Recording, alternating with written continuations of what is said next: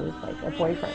So I had later, I also had another friend who's, I'm not going to mention his name, but he was an Arab and he was Christian, and he thought, I guess at the time, that I was going to convert to Islam because I had this boyfriend. And I later found out that, you know, I was pregnant for the Muslim guy at school.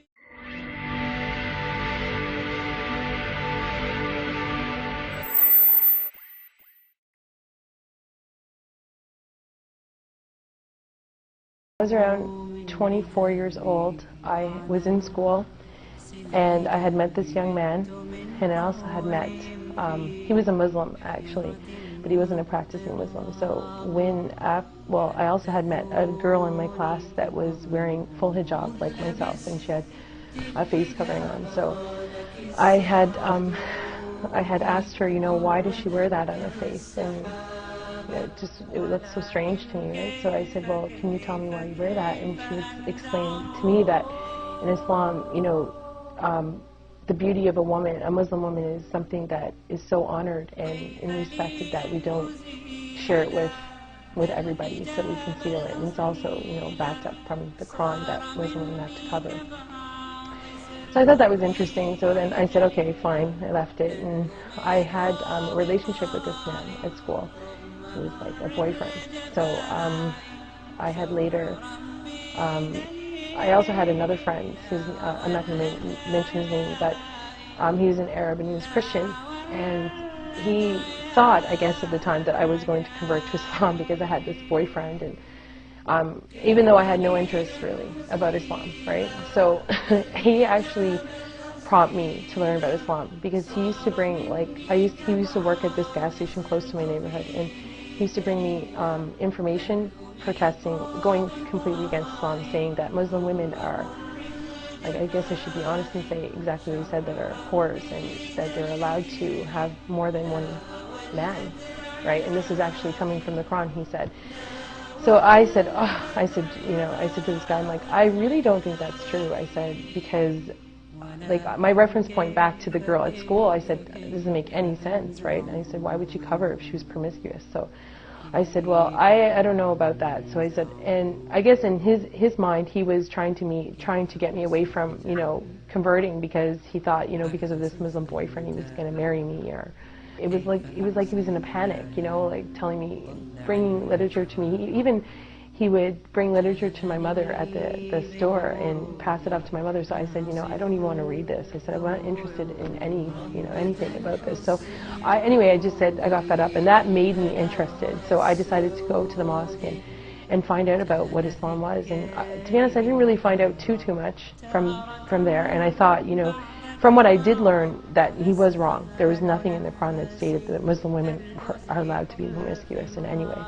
So I thought my journey ended. But it didn't. It actually just begun from there. So I went back, and I later found out that, you know, I was pregnant for the Muslim guy at school, and but he left me. So I was now 5 months pregnant, and I was on the subway going to this new school. And from there, I looked up. I was sitting on the subway, and I looked up, and I saw Salia, the girl that I had met with the full hijab at school, before. And I'm like, oh, I said, hi, how are you? And she's like, fine. And I said, where are you going? And she's like, we're very good friends. And I learned a lot about Islam from her. And it was never, you know, I wasn't really, like, before going to the masjid or the mosque and inquiring for myself. You know, Islam just came to me now. And, you know, I became friends with her and a few other girls at school, and she would often invite me, you know, to her house, and I learned so much about Islam, you know, the character of a Muslim, and, you know, and also I found very interesting was that she actually memorized the Quran, which was, like, to me, just a book at the time, and it was like word for word she memorized it, and I was like, wow, it's amazing. So I wanted to know, like, what was in this book. You know, what was so amazing about a book that someone would memorize word for word? And, you know, there's just so many things that, you know, that amazed me. And being around a Muslim person, a practicing Muslim person, do you see the beauty of Islam? And I don't know how to sum that up or give you one particular point, but I would go to her home and I would see how she would interact, how she would dress, how she would speak, even how she prayed. I mean, I was out with them numerous times where she would, say, "Oh, Crystal, you know what? I have to go pray. I have to find a place to pray." I found that amazing. Like, you're just going to stop and it was winter time, freezing, And they were just a big support for me, especially at the time when I had nobody, And to be honest, I still wasn't interested in converting to Islam at all. I just said, nice religion, but not for me. So, after I had my daughter, I started realizing, like, what am I going to teach my daughter? Like, what am I going to teach my daughter? Like, how am I going to grow my daughter up? I'm going to cry because it's emotional. So, anyway, and the guy, he never came back. So I didn't really know how to, raise this beautiful baby that I had. So, and I remember back to how Salia was.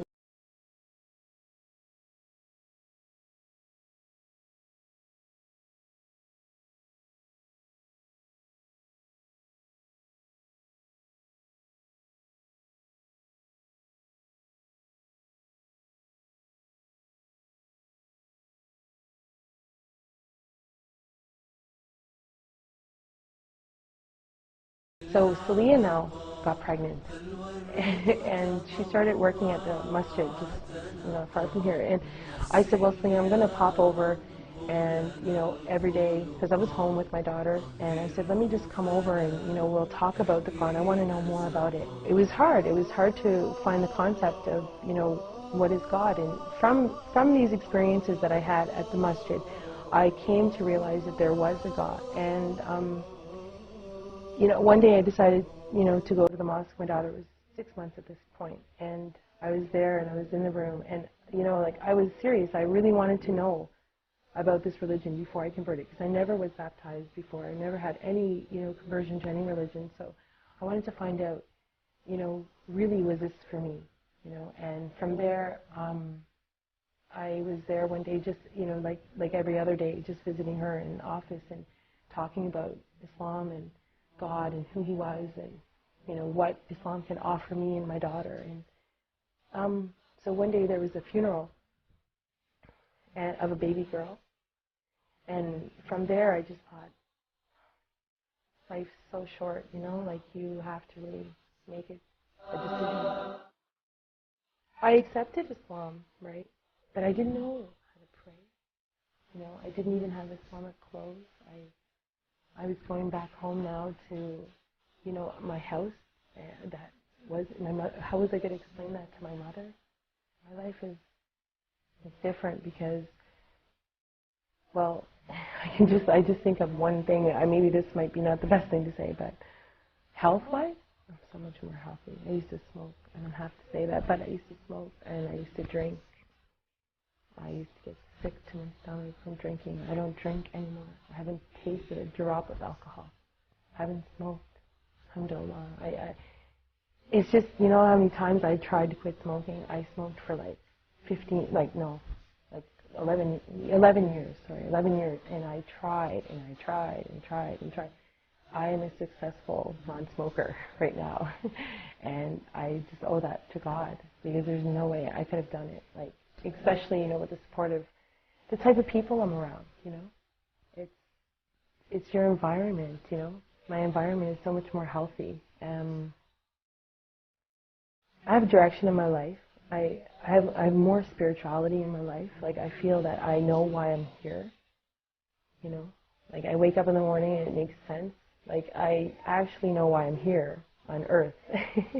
Before, it's like you're just here and you're like, what are you doing here? I used to have conversations with my friends, my non-Muslim friends, and say, we would come up with ideas why we're here, but now I know.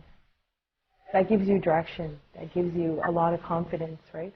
That you're not alone. And so I'm better spiritually, mentally, emotionally. My daughter, I see a future that is with God in her life, not like how I grew up. and that entails many, many positive things. You know, I always dream, like, you know, she's going to grow up and she's going to be better than me, you know, like much better. You know, she won't go through all the things that I went through because she's going to be protected by Islam. You know, like, drinking won't be in her life.